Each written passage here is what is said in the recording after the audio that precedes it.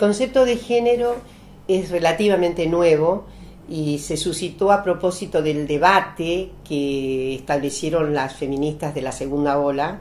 La segunda ola es el nuevo movimiento feminista después de haber tenido como antecedente el feminismo del siglo XIX, que se extiende justamente a mediados del siglo XX. Entonces, en este momento hay un gran brote de nuevas feministas, mucho más teoréticas, mucho más incisivas, y pusieron entonces en circulación el concepto de género para demarcarlo completamente de las situaciones biológicas de la diferencia sexual. Entonces, recapitulando, la diferencia sexual natural, aún discutiendo que sea estrictamente natural esto, pero llevaría a una larga problematización. Entonces, discutiendo las bases naturales de la diferencia sexual, que son obviamente diferencias fisiológicas, anatómicas, etcétera, lo contrapusieron al término género, porque estas diferencias naturales son mínimas, si pensamos bien. Sí, son importantes, pero mínimas.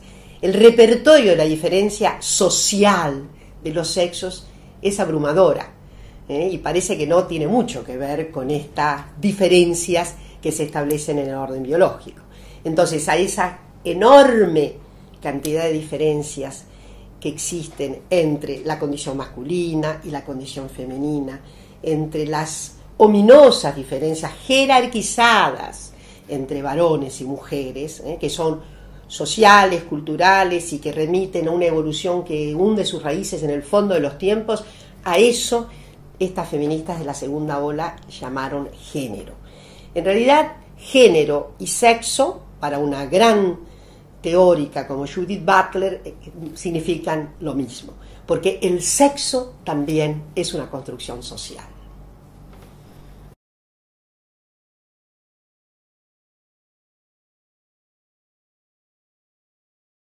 Los acontecimientos que significaron un cambio total de agenda feminista tienen que ver con unas apreciaciones que se fortalecieron a lo largo del siglo XX. Yo puedo decir que la agenda feminista decimonónica apenas tenía que ver con las contrariedades de la brutalidad física y verbal ejercida contra la mujer.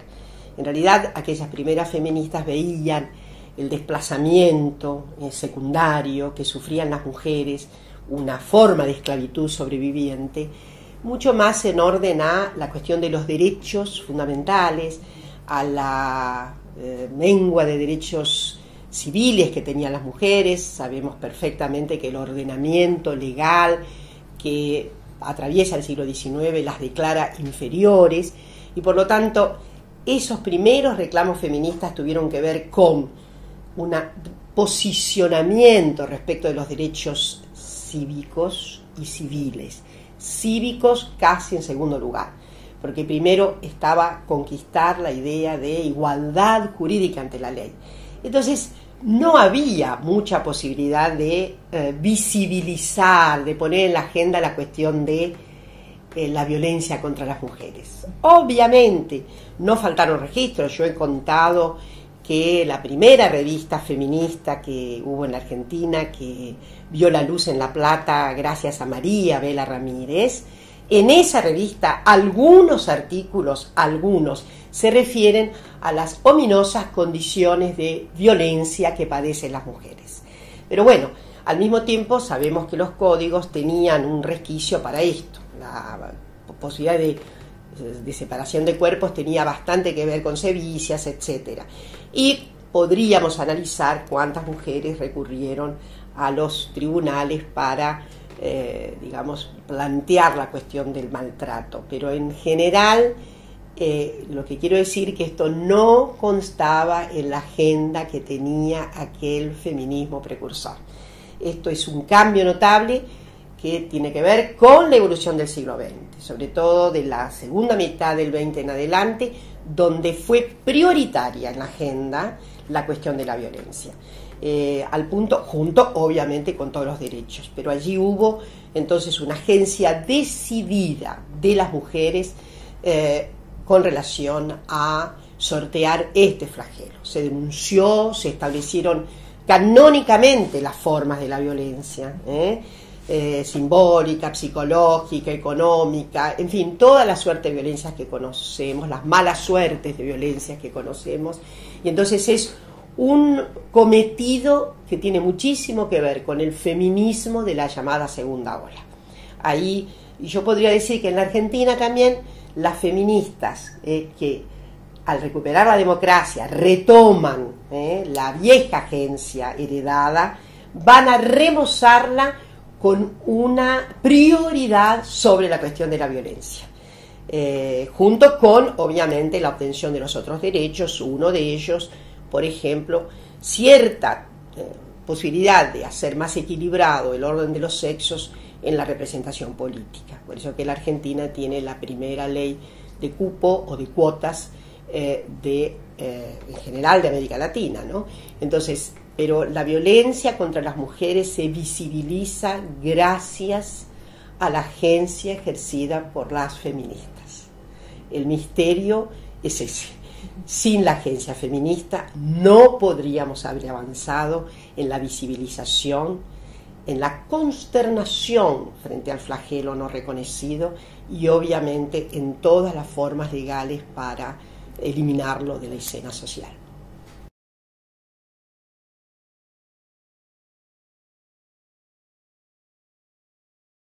El patriarcado es un sistema que pudo erguirse a lo largo de los tiempos, justamente convenciendo a las mujeres de que era inexorable. Su triunfo mayor no es la rotunda regencia de los varones en la escena pública y aún en la escena privada, porque no podríamos decir que los varones no sean regentes de la escena privada, es un error suponer esto. Las mujeres tienen un lugar en la escena doméstica, pero no quiere decir que sean las que prerrogan toda la escena doméstica. Pero entonces el patriarcado es un fenómeno material, simbólico, de tan especial combustión que ha sido capaz de convencer a gran parte de la humanidad femenina de que es una acción inexorable, que eso tiene que ver con decisiones sobrenaturales, que eso está o en la inscripción de la naturaleza, que la situación de las mujeres en el hogar es un mandato natural, está inclusive indicado biológicamente. Toda esta cuestión ha sido también tamizada científicamente. El siglo XIX, que es el siglo de emergencia de las ciencias, hace una magnífica sinergia con los principios patriarcales. Entonces, ese es el éxito del patriarcado.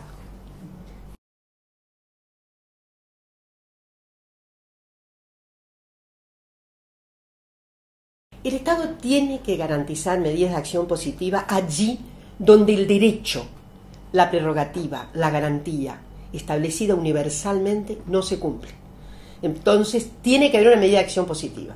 El derecho existe, la garantía existe, en fin, pero no hay posibilidad, ya sea por razones económicas, ya sea por razones culturales, ya sea justamente por razones de género, aunque nosotros podemos decir que en la Argentina, por ejemplo, en la dimensión educativa, las mujeres han tenido mucha mejor condición que en el resto de los países de América Latina, salvo, por ejemplo, Uruguay, en donde las tasas de escolaridad histórica de mujeres y varones hasta han sido mejores para las mujeres. Pero pensemos en 1930, las niñas tenían menos oportunidades escolares que los varones. Entonces, ¿qué debe hacer un Estado frente a un derecho que no se cumple? Actuar, intervenir, dar becas, mejorar las condiciones, ofrecerles transportes especiales a niñas y niños, pero por ejemplo justamente un transporte, digo esto porque es una medida de acción positiva que no es exactamente lo que pasa en la realidad. Entonces, las medidas de acción positiva en el sistema científico hay que tomarlas. ¿Por qué? Porque está más que asegurado que las jóvenes tienen los mismos derechos que los varones para ingresar al sistema, para tener becas, y de hecho hay muchas más mujeres hoy en la base, como becarias, hay muchas más mujeres en el CONICET. Sin embargo, hay dificultades que son culturalmente atravesadoras para las mujeres. las mujeres científicas no están liberadas de atender los niños, atender la casa, ser las gerentes domésticas. Y por lo tanto, eso significa que tienen mengua de oportunidades respecto de el número de papers, la cantidad de artículos que publican. Entonces, ¿qué hace el CONICET? Realiza unas medidas de acción positiva. Por ejemplo, una medida de acción positiva que hemos hecho es que los informes aquí son, por lo general, bianuales. Cada 2 años, la masa de investigadores y de investigadoras tiene que presentar su informe, es decir, qué es lo que hizo, cómo publicó, dónde publicó, etc. Bueno, había la misma obligación, aunque si hubiera dado a luz en el mismo día de la finalización del plazo digamos, de la presentación. Entonces, hemos creado una medida elemental de acción positiva y es aplazamiento por 1 año a quien está en estas condiciones, porque lo otro no es posible cumplir en ese caso con la responsabilidad, ¿no? Y con el derecho a ser evaluada con toda dignidad, porque si no, no hay una buena posibilidad de evaluación justa, ¿eh? Entonces, resumiendo, toda la administración pública tiene que darse cuenta de cuáles son las medidas de acción positiva que tiene que llevar adelante para garantizar lo mínimo de equidad. Entonces, no quiere decir que las mujeres van a estar sobreprotegidas, quiere decir que están subprotegidas y que pasan a tener el mismo estándar, por lo menos de igualación formal, que los varones. Y además, el sector privado tiene que hacerlo, ¿no? No puede, la Constitución Nacional habilita esta fórmula notable para igualar las posibilidades de derechos, y me parece que la Argentina también tiene un trayecto de sus feministas pidiendo fórmulas de acción positiva.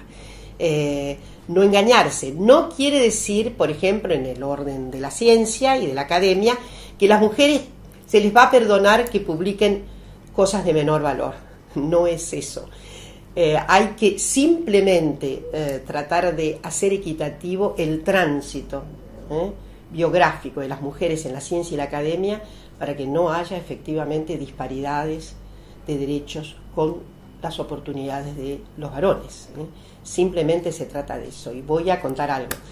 Algunos feminismos en el mundo, que son muy liberales, han desistido de las medidas de acción positiva, ¿no? Les parece que una medida de acción positiva no prerroga dignamente a favor justamente de aquellas personas que se quieran parar.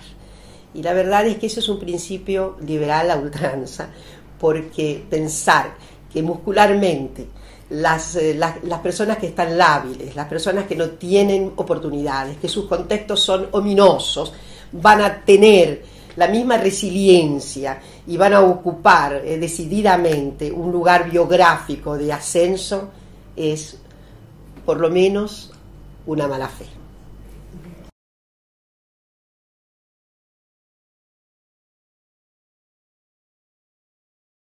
El abordaje de la violencia familiar debe ser múltiple. Obviamente tenemos hoy respaldos legales, normas de procedimiento, tenemos inclusive aparatos del Estado que funcionan, algunos mucho mejor que otros, pero la complejidad del problema implica que haya sobre todo en puntos nodales bien situados específicamente.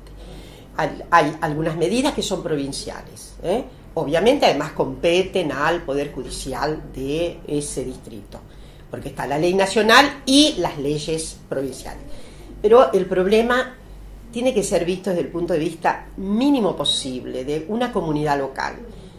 Y entonces allí hay que, al problema hay que verlo prismáticamente, de una manera muy de prisma. Obviamente tenemos necesidad de matizar adecuadamente la punición, que la 26485 carece de lo que sería cuál es ni su reglamentación, ¿no? Y está estudiándose cuál es el tipo de pena que se establece según el tipo de delitos conformados, caracterizados por la propia ley.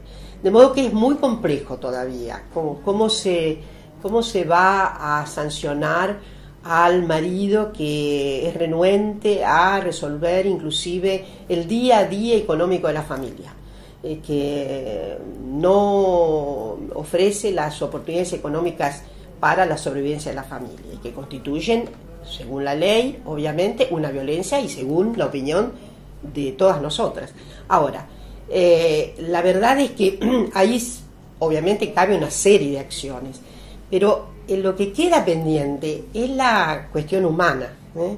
Yo, sí, de una mujer que tiene que separarse, tiene que obviamente salir a buscar y a disputar empleo. Muchas mujeres que están en compañía, casadas o que tienen sus compañeros, no están incluidas en el mercado laboral, o a veces están en el mercado laboral en negro.